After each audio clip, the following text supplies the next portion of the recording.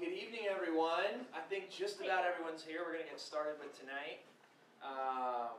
There's a few people missing, but just about everyone made it. So it looks like we kind of have like a gap here in the middle. So I don't know if you guys can just do a little bit of a like, hey, we actually love each other. We're here doing this together. It's so much better already. Okay. Very good. Well, hey, we are going to jump right in, guys. We're super stoked for this season. I think first thing I really want to say is just you guys sitting here and answer to prayer. Just an absolute answer to prayer.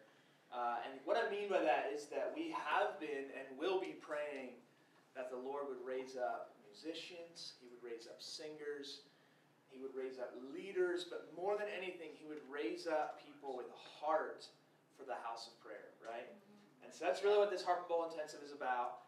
I don't know about you guys, but I was always told to start with why. And so tonight is really about introduction. It's about getting to know each other a little bit, just kind of getting this plane running down the runway, just maybe getting off the ground a little bit, right? So we're going to ease into it, but we're really going to start with why. And what I mean by that is, why would we do this? Why would you be sitting here tonight when you could be doing 100 other things? Why would we all be here as staff? And then even deeper than that, why should we care about prayer and worship, right? Why as a church did Jesus say that my house will be called a house of prayer? And so I'm just going to start with why tonight. That's all I know how to do. And hopefully that'll like sink into our hearts with the spirit of wisdom and revelation. I know in most of our gatherings we're used to kind of like rolling in 3 or 4 minutes late, and then like, worship's just starting to get good, and then we kind of like, it takes us 10 or 15 minutes till we're sort of there. You know what I mean? And then after like 10 or 15 minutes, it's like, okay, now I'm here. All right, Lord, like, what do you want to do? All right? It's going to be a little bit different these Tuesday nights because we're really just jumping right in. And so I'm going to jump in tonight. I'm going to share for a couple of minutes. I'm going to cover a few technical things, a few practical things, introduce the staff. We're going to run through the handbook. And then I'm going to turn it over to Tara, and she's going to be sharing with us for a few minutes. So come on. That's where we're going to start. But first of all, why, right? Why are we here tonight? And then even more so, why do we have a prayer room? Why do we care about this? I'm just going to touch on 3 things. And here's why is so important. If you don't have a strong why, you won't stay sustained in this. Yeah. Like, not just this Harp Bowl Intensive, not just these 7 weeks, but even more so, like, if we don't have a strong why, we're going to stop praying. Mm-hmm. If we don't have a strong why, we're going to stop actually, like, caring about ministering to the Lord and hosting His presence and taking time to really be with Him and get His heart. Like, if we don't have a strong why, it's not nearly enough just to have, like, a flashy graphic for the Harp Bowl Intensive, right? It's not nearly enough to just be like, well, I'm stoked to do it because so-and-so is doing it. It's just not strong enough. It's not a strong enough why. And so I want to give you the why behind why we have a prayer room, why we run trainings like this, why this matters, not just to us, but I think to God. So 3 things real quick here, if I can have your attention. The first one really is because we believe that the primary identity of the church is a house of prayer. We really believe that Jesus meant it when He said, my house will be called a house of prayer. Right? There's a lot of other things we do in church, and they're good. But He didn't say my house will be called a house of preaching. My house will be called a house of compassion. My house will be, like, those are all good things. But He said my house will be called a house of prayer. So to us, that just means that the identity of His people, the identity of His church, is first and foremost a place of prayer. And so that fills us. That fills us when we're in here on Thursday nights. That fills us when we're doing these trainings. That fills us when it's just me or just you and you're taking a prayer watch at maybe 5 o'clock in the morning. I don't know. But it fills you because you say, no, Jesus said His house is a house of prayer. And it fills us when prayer seems unpopular or boring or no one wants to come or the room is empty. It's okay because Jesus said my house will be called a house of prayer. So that's a big part of the why, right? And then secondly, another reason why this is so important to all of us, I think, and one of the reasons we're here tonight is because it's the most important conversation that we can be a part of. The conversation between the Father, Son, and Holy Spirit that we get to join into from the place of prayer, in that reality of worship, it's the most important conversation we can be a part of, right? We all probably had some conversations either today or in the last couple of weeks that felt like they were important to us. And I'm sure they were, but not as important as getting into the conversation with the Trinity. And so, Luke 10:38, Mary gets scolded because she's sitting at the feet of Jesus instead of doing the work, right? They're hosting. And Martha's scurrying around doing things that are necessary in order to be a good host. Mary's just sitting there at the feet of Jesus, and Martha, after a while, is like, why are you not helping? To the point where she actually takes it to Jesus saying, hey, have you noticed that I'm really doing a lot of the work of hosting, and my sister is just kind of hanging out and sort of listening to you, which is kind of illegal anyway because she's a woman and you're a rabbi and she shouldn't do that. So could you just tell her to get moving and help me? And Jesus' response is classic, and it reveals a lot. He says, she's chosen the better part, and it won't be taken from her. And so all of the things that we did today and all the things that we do in life, it's not that they're not important. It's not that they don't matter. It's just that in comparison to actually being in the conversation with Jesus, in comparison to actually spending time with Him, it's not as important. Right? And so one of the things that fools us, and one of the reasons we just keep going after this thing of prayer and this thing of worship and this thing of spending time with Jesus, is because we have a why that says, why would you do that? Because it's the most important conversation. Yeah. Because sitting at His feet matters more than anything else. Again, it's not like my wife, my kids, my job, my neighborhood, right? It's not like those things don't matter. It's just not as important, right? Whoever chooses the better part, it won't be taken from them. And so, of course, that's both in our prayer closets, in our secret places individually, and also our expression together as a body, right? Wherever 2 or 3 gather in my name, I'm there in the midst of them. So that's the second reason. And the third reason is just this. It's that, I'm just going to read this paragraph because I don't know how else to say it. But it's this. It's that we believe that right now, as we're sitting here tonight on a Tuesday night, September 5th, I think it is, right? 7:15. At this time, God is actually in a process where He is transforming the identity and the focus and the emphasis, the very expression of the body of Christ across the globe. We believe that He's actually raising up a bride who will join in with the song that He's singing, the prayers that He's praying, talk about what He's talking about. We think He's in the midst of doing it right now. He's been doing it for a while, but we believe we're in an accelerated, increased time globally. And so again, our why isn't limited to, because it'd be great to be part of a church that did that. Or Branch needs to be known for that. It doesn't really, no. Our why is God is doing this, and He is raising up the church to be a house of prayer. He's raising up the church to join His song, right? And we get to join in with that. And actually, we believe that the completion of the Great Commission is absolutely linked to the prayer movement that's exploding across the earth. In other words, when we get up at 5 o'clock, or we stay up until 10 o'clock, or we come out for a training, or we put the work that it takes to pull off a Thursday night prayer set, the why that's driving us is this reality that this isn't just about having a great moment in the prayer room. This isn't just about being part of an awesome worship team. This isn't just about I had a prayer time and now I feel better. This is actually about the fact that God is raising up a bride that will join the song that He's singing, join the prayers that He's praying, will complete the work of the Great Commission, and will actually usher in the return of Jesus Christ. So this is actually not just about what's happening in front of us, it's about the age to come. And it's about being a people who actually partner with Jesus to usher in the age to come. All right? I really believe that. We believe that here at Branch and in the prayer room. So these are just some of the things that really drive us. Is really, at the end of the day, we have to ask ourselves, why am I doing this? And if the answer to that is not strong and powerful and bigger than you and bigger than us, it's not going to sustain us. And so I'm just going to start there tonight. I just want to encourage you a little bit to be thinking about some of these bigger picture why questions and answers, and maybe what fuels you to be part of a training like this, and what fuels all of us together to say, we want to build a house of prayer. Right? Because that's really what this is about. It's about seeing the church released and empowered in her identity as a house of prayer. And what you guys signed up for was really to be part of that cohort that God is raising up, to really be those, right, to be those creatives, to be those leaders, to be people that have a heart for the house of prayer and will help to build it. And so you guys are amazing. You're an answer to prayer, the fact that you're sitting in these seats, because we pray that all the time. God, raise up people who will build the house of prayer. Raise up people who will have a heart to be in the place of prayer. And so what's going to happen out of this training, I really believe that it's going to have ripple effects far beyond anyone sitting here, right? But I'm just excited to be part of it.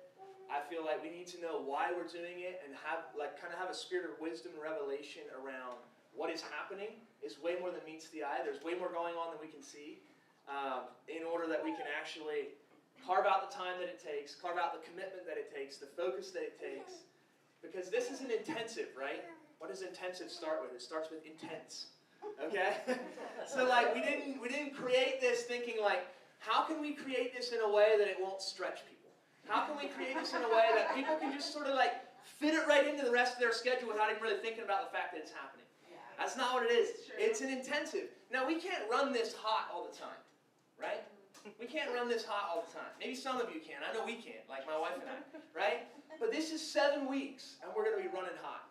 I know all of you guys are going to be running hot. You all got a lot of other stuff that you're responsible for in life, and it matters. But I believe this matters as well. And I know that you know that, or you wouldn't be sitting here. So it's going to be intense. It's going to be an intensive. But let's don't forget the why as we're drilling down and making it happen. All right? Is that good? Okay. Hey, everyone say practicals. A couple practical things. If I can have, actually, I'm going to introduce the staff. So if your staff, stand up. Sorry, Naomi's sitting down in the back. You're good. So our staff for this training, Nate, if you want to stand up as well, that'd be great. So we have Nate and Tara Kennel, which is amazing. They're helping out. Tara is leading the psalmist track. My wife Crystal's helping out. Naomi's helping out with the psalmist track. And then me and Jesse and Arlen are going to be leading the messenger track. We're all staffing this together, and John is making sure that these amazing teachings get recorded so they can spread all around the world. All right? This is really funny. So that's his staff. That's who's staffing this. If you guys have questions, I mean, we're going to be reaching out to you guys regularly throughout this whole process. You should have had someone reach out to you already. If you haven't, like someone's not doing their job. So, all right? But if you guys have questions, please just talk to us, process with us. We are really in this with you, right? And we really want to see you succeed and just go to a whole nother level in your life in God. Okay? And so if I can have a few staff members help hand these out, that would be amazing. Because we have some handbooks. So if you want to take a chunk of them, I'll give a chunk to Crystal. That would be great. So we have some handbooks. Oh, I need one as well. Sorry. Never mind, I got some. It's like the great divide over here. Here, let's do this. Okay, so speakers and topics. So you guys are familiar, or I think this is what Tuesday nights are going to look like. We're going to come together. We're going to have a teaching. It's typically going to be about 45 minutes, okay? So tonight, Tara and I are tag teaming, so it's going to feel like it's a little bit more choppy or broken up. But it's usually going to be about 45 minutes. And you can see the topics that we're covering, the speakers we're bringing in. We have some amazing teachers coming. It's going to be awesome. So we'll do that for about 45 minutes, and then we'll usually break. So we might take like a 5-minute break. And then from there, we'll split up into our tracks. So psalmist track, my musicians and singers, you're going to be right in here for the psalmist track, okay? Messenger track, you're going to be out in the cafe with me and Jesse and Arlen. So that's what Tuesday nights is going to look like, all right? And then Thursday nights is our regular weekly Thursday night prayer meeting. So we gather in here at 7 o'clock. We go after it for an hour and a half in worship and prayer. And so you guys are all going to get to be a part of that. We're going to involve you in various ways. Obviously, if you're in the psalmist track, we'll work you into the worship team as much as we can. If you're in the messenger track, you're going to be out in the room. We're going to be calling you up to the mic, praying out, all of that fun stuff, okay? So you guys are going to get to know this guy right here. I really like him a lot, because if you're going to be a messenger, sometimes you got to amplify your voice a little bit, right? Yep. All right? And so anyway, don't worry. It's going to be a lot of fun. So that's Tuesday nights, Thursday nights.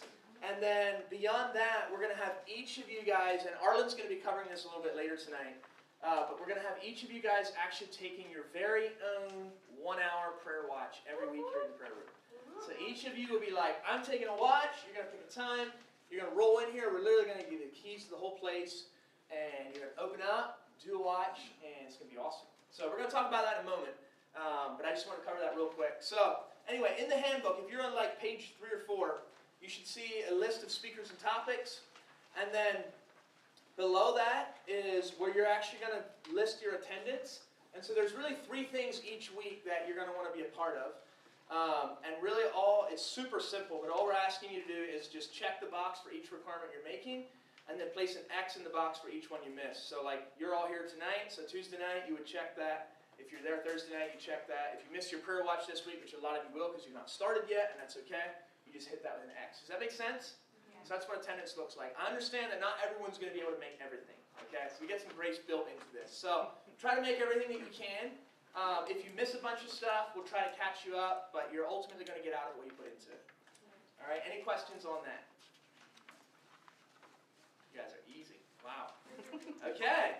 And then finally in the handbook, at the very end, you'll complete this at the end of the training. We're just going to get you to give some feedback. And so make sure you hang on to this because you're going to need it for both attendance, which we're going to be checking in at the end of the training, and then also feedback. So write your name in it, hang on to it, and hopefully it'll answer at least the basic questions that you might have going into this. All right. I covered that pretty fast. Yeah. Not my first rodeo. Okay. All right, well, I'm glad I did that because Tara's got some things she wants to share with us. I'm going to just introduce her. So I'm going to call you up in a moment, but first I'm going to introduce you. So we just got to know Tara. I think we met her about a month ago, maybe 5 weeks. So some of you guys were here Sunday morning. 3 weeks, okay. We trust her a lot. Go fast. We really trust her a lot. Eat fast. Yes, eat fast. So some of you guys were here Sunday morning. She was helping lead worship Sunday morning. But it's been amazing just getting to know Nate and Tara, hearing about their journey, their heart, and just their pursuit of God. Like, it's so inspiring. And I'm not going to tell any of their story because you're going to get to hear some of it tonight and just whatever Tara wants to share. But here's what I want to say is I reached out. A lot of you guys know Gateway House of Prayer. When we knew we were going to do this training back in May, I reached out to Benita. I said, hey, like, would you guys be interested in helping us out? Because we've never done a musician-singer training ever. And I told Benita then, and I'm still saying this, I said, if you can help us out, you're probably going to accelerate us 5 years. So no pressure, all right? But no, honestly, it was amazing connecting with Benita throughout the summer. We kind of processed through it.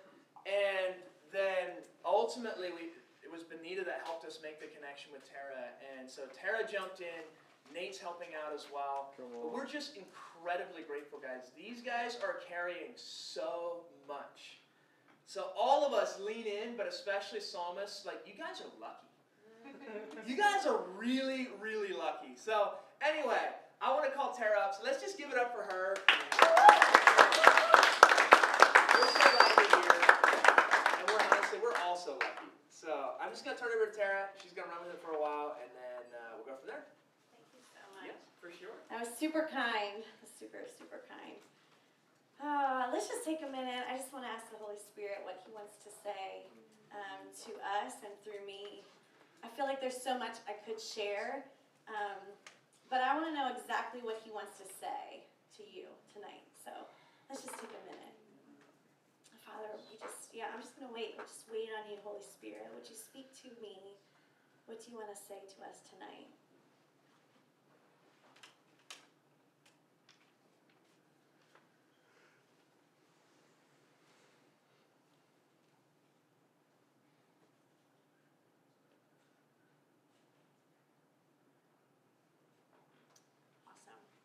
Amen. Did you hear him? Did he say anything to you? Yeah. He said a couple things to me. I think He's going to keep speaking to us tonight. So I just want to stay open. Some of what we're going to be doing in these 7 weeks is that. Asking the Lord, what do You want to say? And we listen and then we respond. But I want to start off by just sharing a little bit of who I am. My name is Tara Kennel. It's my husband Nate. As Stephen said, I'm just really honored to be here. As he was sharing, I was thinking about a meeting 20-ish years ago where I sat in a room and it was sort of like an info meeting on like what is a house of prayer and do you want to know? And like it was like an interest meeting. At the time, there really wasn't anything out here that we knew about, but we heard about this place in Kansas City. that was doing something that really resonated with our hearts. And we were sitting in a room kind of like this, and I was just thinking about that as you were sharing, because it's so exciting to be a part of the beginning of what God is doing here right now with you. And I remember that feeling of like, we're beginning, we're pioneering something here. That's a part of who I am, and I think it's a part of who you are too, and that's why you're here. You're all pioneers. So, yeah, it's exciting. I want to begin by just sharing some of my story. Stephen asked, like, could you just share how you became a worshiper, and like, how did your heart for House of Prayer develop? And so I'm like, when did this all begin? Like, have I done this before where I shared the whole story? And I won't be able to share it all because I'm 40. But I will share a couple things. I wrote down a couple things because I love to talk, so I don't want to do that either. But I want to share some of the early years for me. I'm a pastor's kid. My dad's a teacher, preacher. My mom's a worship leader. And I learned so much from my mom. She's like me times 10 in the extra realm, like tats and piercings and just like very out there. And I feel like I'm out there. She's like extra. Anyways, loves Jesus with all her heart, and she taught me how to take risk like no one else. Anyway, I grew up as a pastor's daughter, and so I was always in and around ministry. I was always in church, sometimes 3 or 4 times a week. So enough to make you hate it. And I saw really wonderful things, and I saw really icky things that threw me off. And yet, the Lord, at a very young age, I encountered Him alone. I was taking a walk. I would often, when I was like 5 or 6, like, I don't know where my parents were, like, they didn't watch me. Or maybe this is a different age now, because you should know where your 5 or 6-year-old is. But I would take walks, and I would just sing to the Lord. Like, I just made up my own songs. And I never really recognized, up until just recently, that that was the beginning of my secret place with the Lord. I wouldn't have known that to be the words or the terminology that we use today. Like, did you get in your prayer closet or whatever? It wasn't a prayer closet. Like, I would walk and I would sing. Literally on the playground when I was in elementary school, I would take walks and sing. People probably thought it was weird. And I am a little bit weird. It's okay. David was weird. Anyway, so like 5 years old, I was creating and developing the secret place with the Lord, and I was learning to just sing my own song to Him, and it was the way I connected with Him the most. And I began to grow into my teen years, and I began to recognize I had a gift in music and in singing, creativity, and then with all of that and sort of what I was experiencing at our church, I had a desire to be seen, which I think comes with a lot of worship leaders and artists. But I don't know if you would know that, like, sort of this subconscious desire that we often find in worship leaders and in our culture, and especially in this generation, is really just this distorted desire that's from God to be fully known and seen. And it's really, you can only really be fulfilled by being seen and known by Him in this intimate way. So it's like, it wasn't wrong that I wanted to be seen, but it was wrong that I wanted to be seen by others. But the desire was from Him to want to be known and seen, you know what I mean? And so, but I just was looking for it in all the wrong places. And so this was a part of the journey of recognizing, okay, like, He's giving me this gift. I connect with Him in song. I want to be with Him. I want to be seen. I want to be known. And God began to speak to me of, like, really at the time, I mean, I wouldn't have known that I was, like, called to be a priest or even a worshiper, but that, you know, there was this drawing that was happening at a really young age. So at, like, 7, I went to a kids' camp and I got filled with the Spirit. I waited at the altar. Everyone went off to this, like, night swim and this ice cream social, and I was like, I'm not going anywhere until I have what I came for. And I think that's always been a part of who I am too. Like, I'm aggressive and I want it. And you have to. Like, you have to you want, like what you said, like if you're here because you want it and you showed up because you're planning to step into this place, not going to happen on accident. I wanted it, and I was like, Lord, give it to me. I was, with being filled with the Spirit, I started to recognize and discern, like, the things in the church that felt off, things that didn't feel holy or pure, things that felt like two-faced. And that began like a big struggle for me in, teenage years. Like, I don't understand this. Like, they say this here, but then here they're like this. And in my own home life, I grew up in some abusive situations. We struggled with poverty, which was really generational for my home. My brother was sexually abused by a trusted youth pastor of our church. Really, you could just go on and on and on to describe the dysfunction that I saw and experienced within the church and in our home, and I couldn't make any sense of it. It was like, what? But I had this encounter and experience with the Lord when I was like 5, and I knew He was real, and I knew like, okay, this is not this, but I have experienced Him. I know this, I'm going to press into this. And I'll tell you, like, and you're like, great, I didn't sign up for that, but this, what I'm describing, those years, that's what taught me how to be a worshiper. Because in that season, and still to this day, I just never stopped worshiping Him. I continued to sing a song to the Lord. It didn't stop. So when I was going through all those things, and I couldn't understand, and I still had question, I just didn't stop worshiping Him. And that is what developed me into a worshiper. It wasn't that I showed up on Sunday or joined a worship team or any of that. It was that I chose to keep saying yes over and over and over again. And that is a sacrifice of praise. I mean, that's literally what it is. So I didn't see a perfect church, and I didn't see a faithful church, but I knew and experienced a very perfect and faithful Father. And I wanted everyone else to know and experience Him like that. And so as we grew, and this is where Nate comes into the picture. Woo! I'm going to check my time so I can keep not. Okay, I'm good. So as I grew, I'm praying for my husband. I did, as a young girl, prayed for my husband. And it's so fun. I was born January 7, 1983 in Hawaii, and my husband was born January 8, 1983 in Christiana. With the time difference, literally, we were born like an hour apart. There's like 5 hours. It was as if God made us for each other. He was my helpmeet. I was His helpmeet. It was a beautiful thing.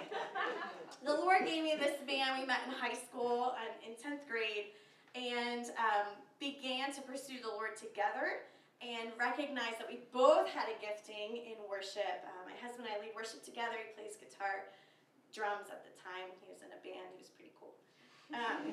Anyway, we fell in love with the Lord, and then we fell in love with each other, and we began to see that we had this calling together. And something that was happening in the region at the time. So we graduated together in 2001. Something that was happening was this sort of unrest and this desire for purity and more. So I wasn't the only one that recognized that there was some hypocrisy going on. That it was like, we want more. What is going on? Like, I want this in my church. I want to experience this. I want worship. I want, it was like, who's going to do this? Where are the mothers and fathers? We were ornery too, but we did want more. We were zealous. We were young. We didn't do it all well, but we were like, still running after the Lord's heart. There's grace. So we were like, Jesus, what? And we were not the only ones. There were a lot of people that felt that way. And during this time, like many of you might know, there was a movement and a revival beginning in the area. Tuesday night Bible study. Does anyone remember? Where you've heard. You're like, I'm the only old person here. You're all too young. We're at this place in my life where I talk about these things and it doesn't. Okay, well anyway, young people were gathering, and they were gathering with a desire and a heart for more of Him. And, we joined that sort of at the tail end. At one point it was here in this building. It ended up at Petra, and there were 2,000 people gathering, young people gathering on Tuesday nights to encounter his presence. And that was our heart. I mean, we were like, we want more of this. At that point, it sparked so much going on. I mean, it was wild. It was in the newspaper. It was in Charisma magazine. It was like, what's happening? Youth are leaving their churches, which got a little messy. But like everyone, it was like, we want more. And so during that time, we started a house church in Lancaster City. And we ended up hosting, Nate and I, as a young couple. Well, actually, I'm getting off my dates a little bit, aren't I? No, that's about right. We started hosting in Lancaster City. We had like 60 people meeting in our house. It was just like, wow. We were busting out the seams, really. And God was beginning to do stuff in Lancaster City. At that time, there was one coffee shop, which does say a lot because, like, now there's like, I think it was Square One, you guys. They didn't even take debit cards. So anyway, they're amazing. Anyway, so we were there, and we were a part of something that the Lord was doing at the time. And what was happening on these Tuesday nights was we had a lot of worship time, but there was always a teaching. The worship aspect kept getting longer and longer and longer. It's like, you know this feeling like when you're in his presence, you just want to linger. Like, right? Like, and even after a really wonderful time in his presence, don't you always find that people, like, don't leave? Like, even not in worship, but they might just be, like, fellowshipping. Yeah. Because it's so, like, his presence is so good. It's like nobody wants to leave. So some of these nights would just go later and later. And what happened was, from this place of desire and worship and intercession, and what we were doing in the city, we were like, we're seeing that worship and this community of intentional believers living here is changing the atmosphere of the city. Like, just by being there and just by having worship. What do we do with this? Like, where do we go from here? And so we had this meeting. And it was like, we heard about this house of prayer in Kansas City. Does anybody want to go? So we rented some buses. We jumped in and we went, and that is how it began, literally. We drove down there and stood up and said, yes, let's do this. I want to be an Anna. I want to be, like, let's go back, and we're going to establish a house of prayer. And we did. So we came back, and that year we established Lancaster House of Prayer, which then in 2005 became Gateway House of Prayer. And we, in those years, that time, especially that first year, oh man, even good things can have a lot of ambition. Oh my gosh. We're going to be 24/7. Okay. You know what I mean? Like, how about you just sit at my feet and just love on me a little bit for an hour? Try that. Like, you know. We were successful, unfortunately, in some ways, it can get to you a little bit. Anyway. But it was so good and so hard. Those were the years. It was like round 2 of like, now I'm going to teach you how to worship through this stuff. It was like the Lord was like, now we're going to break off ambition and pride and all those icky things. And so that first year, Nate and I led worship about 20 hours a week. Nobody was paid staff.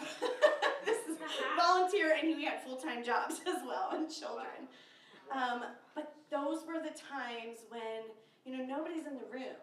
You're learning to lead your heart for the first time. There's nobody there. This is not about you. If you spend some time in prayer, if you've been in here and taken a prayer watch, you recognize that, like, after about 10 minutes, like, you're good. I mean, I don't know about you, but I'm like, I prayed for Grandma, I prayed for, it's like, like, I have nothing, like, I'm done. Like, or if you're going to sing a song, you're like, okay. We didn't have planning center then. So you printed out, 10 songs because you thought that was probably good, and you went through all 10 songs in 20 minutes because you have, like, no clue what you're doing, and you don't know how to just rest and be with Jesus or, commune. So you're, like, just singing the songs, and then you're like, oh, crap, like, I don't know how to do this. Which is so good. This is going to happen for all of us. So good. hard to do. What's left is just you and him. And then you just start singing from your heart, or praying from your heart, or what? You got his heart? Like he spoke to you and then you sang that out? Like, what? That's when we learned how to worship in another level, a new level of worship. That's not on the platform and it's not with anybody else. It's just you and Jesus. It was a pivotal time in our growth as worshipers, just really recognizing what he was developing in us, and at the same time what he was doing in the region through us. So sometimes you get so focused on, your own journey, but then we didn't realize, like, during that time that things were shifting all around us by our own prayers and intercession. It was like, I think when we were leading in Lancaster City, we were 24/7 at that point. Night watch was rolling, and our nighttime crew had dwindled back a little bit. We didn't have as many people serving, and so we were no longer, for the first time in a full year, covering the night in prayer. And the moment that happened, like the week that we were no longer covering the night in prayer, there were 3 murders in Lancaster City. Boom, boom, boom. And it had been like no murders that entire year. And like we didn't realize the significance and the power of our prayers. We were just doing it. We didn't know. We couldn't see what was happening. Now, after almost 20 years, you can see what's happening in the region. You can feel it. Like, you walk into these spaces where prayer has just been going nonstop. You feel it. You feel his presence. It's like resting there, and it's changed the atmosphere, and it's changed lives. It's incredible. So anyways, we didn't recognize what was happening completely, but we were starting to. Nate and I began to start to lead worship in different denominations and all different people groups. The Lord was really healing me from wounds during that time I probably got wounded a handful of times from leaders. I understand now that he was teaching me how to be a leader by having me go through some hard stuff during that season. It was just like more and more things. It's like, I know you're all like, sign me up for this. But this is how I became a worshiper, by going through just a lot of hard stuff, but just continuing to say, yes, yes, yes, you're still worthy, you're still worth it, and I want to give my life to you and to this. I just want to be in your presence. During that season, more than anything, we were crying out for fathers and mothers that would walk with us and teach us how to do this. But we didn't really know of many. Like, no one really understood what House of Prayer was at the time, and it was a little confusing. Like, are you a church or are you not a church? Like, I don't know. I'm sure you guys have gotten some of these same questions. Like, what are you doing? Are you a cult? Maybe. Like, it was just like, we were going through a lot. We didn't really, and we were really young. So we didn't have, some of your leaders that are mature and, have a good standing in, the community. So they were like, what are you doing? Anyway, do you sing in the Spirit for 10 minutes straight? Yes, we do. It was a difficult time of navigating. What was my point in sharing that, Nate? Oh, fathers and mothers. Thank you. He's like, you're welcome. Yeah, you're welcome. We were praying for fathers and mothers that whole time, and we had a few, but we didn't really have many. But our hearts were really that we would turn our hearts to the fathers and the fathers to the sons, that we would do this thing together. And now we find ourselves in this season where we've come full circle, and we moved back to the area, and we're serving at Gateway, and we are now the fathers and mothers that we prayed for. I'm like, we have gone through all these things. We've been on this journey. We figured out a couple things that work and a handful of things that don't. And now we get to share with you guys some stuff. And we get to father and mother people and teach them how to worship and how to become worshipers. The Lord sometimes is going to use you to answer your own prayer. And it might be a little while. So hold hold on. So I'm going to close because we have lots of things to do and things to get to, but I just want to share how honored I am to be here and to share this journey with you. Like, you guys are a part of my journey in this next season of walking into mothering. So just you even asking, like, Tara and Nate, will you come and do this, is a part of my process with the Lord in teaching now, you know? And I want to be super humble about it with you and vulnerable, and so I will say weird things and be like, crap, because that's that's the journey. Hope that's okay. And it's weird you're recording it. But there you go. John was like, yeah, I'll be there Tuesday because I'm recording. And I was like, really? This is recorded? Yay! Anyway, I will learn. 20 years from now, I'm going to be so good at this. This intensive, okay, so back to the point. This intensive is not about giving you step-by-step instructions to learn a model and just do the thing. Though, we will probably give you steps to do some things.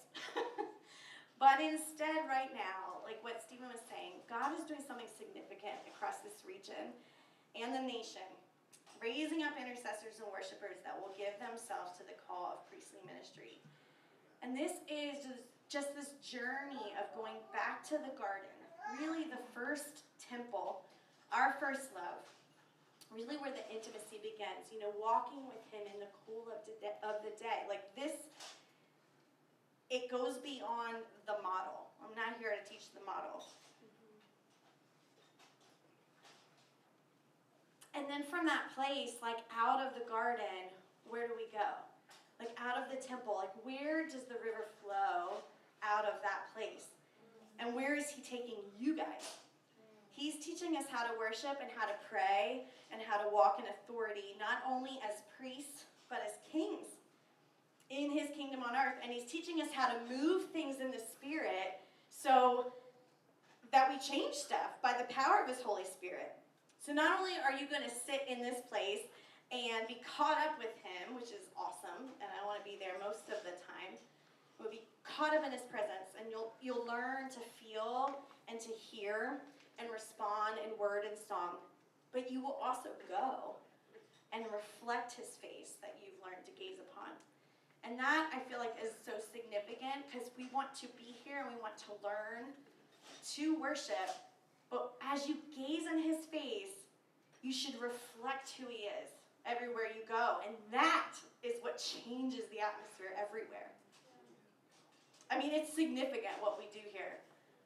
But when you take that and you're, as a priest, walk in that, then out of these doors, everyone sees this and it changes things. Literally everywhere in Scripture, the word for face equals presence. So we're called to carry his presence, to wear Christ, reflect his face and beauty everywhere you go. So as a priesthood, this is our privilege and our responsibility. I'm reading this book right now by Chris Burns. It's called The Priesthood. It is incredible. It's like, and I just want to end this little section. I think we're going to have a couple-minute break. Chris Burns says, God isn't rebuilding the tabernacle of David by just raising up 24/7 worship like in David's tabernacle. That may be one aspect of it, but it's not the ultimate goal. He doesn't desire 24/7 worship. He desires 24/7 worshipers. Worship 24/7 in one place is powerful. 24/7 worships. 24/7 worshipers flooding every corner of the earth is even more powerful. God isn't seeking heartless worship. He's seeking worshiping hearts. David's 24/7 worship tent was simply the outward manifestation of David's 24/7 worshiping heart. And this is the heart of the matter. And this is what excites me about Brand and this intensive and you guys. This is what the Lord, I feel like, is after. And it's creating, it's not about creating a sound or a ministry or, a full schedule. It's about creating hearts of worship, worshipers, priests that are going to go out and change the world. So I'm so excited. I'm so honored to be with you guys. I'm clearly passionate about this. And I'm really excited to dive in with you all this week because I feel like this is not just a good idea. This is on the Lord's heart. And you guys are a part of what He's doing here. You're pioneers, so let's go!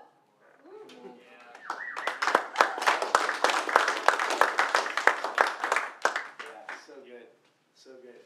So yeah, we are going to take a break. We do have snack tonight. We won't have snack every night, but we do have snack tonight. So let's take 10 minutes. Let's take a 10-minute break. Grab some snack. It's a great chance to meet someone you haven't met yet. I think most of you guys know each other, but not all of you probably. So grab some snack out in the cafe.